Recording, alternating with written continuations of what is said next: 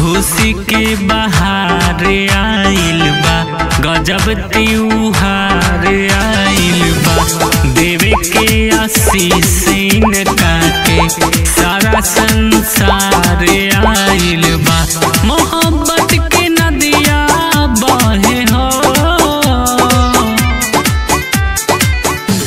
जगदीश गुप्ता आरती गुप्ता जी के जोड़ी सलामत रहे हो।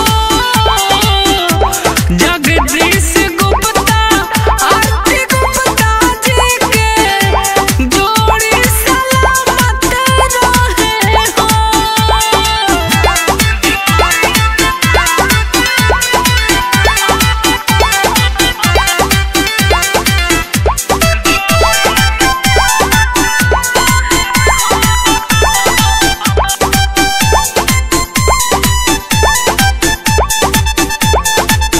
संदीप गुप्ता जी हो, दिल से इनका जाने ले हो।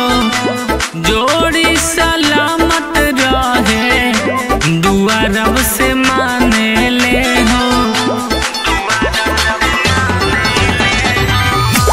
संदीप गुप्ता जी हो, दिल से इनका जाने ले हो। जोड़ी सलामत रहे, दुआ रब से माने ले हो।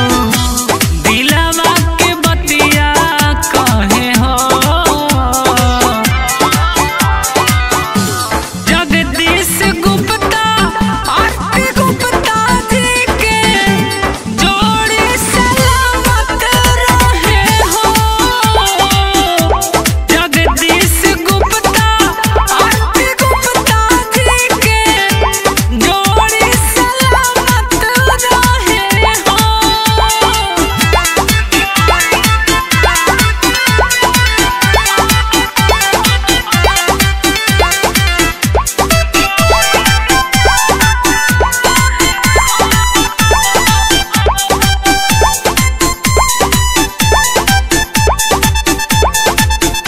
जैसे आज ले रहले वैसा ही कमाल रहे। मनोकामना बा गौतम के हरदम खुशहाल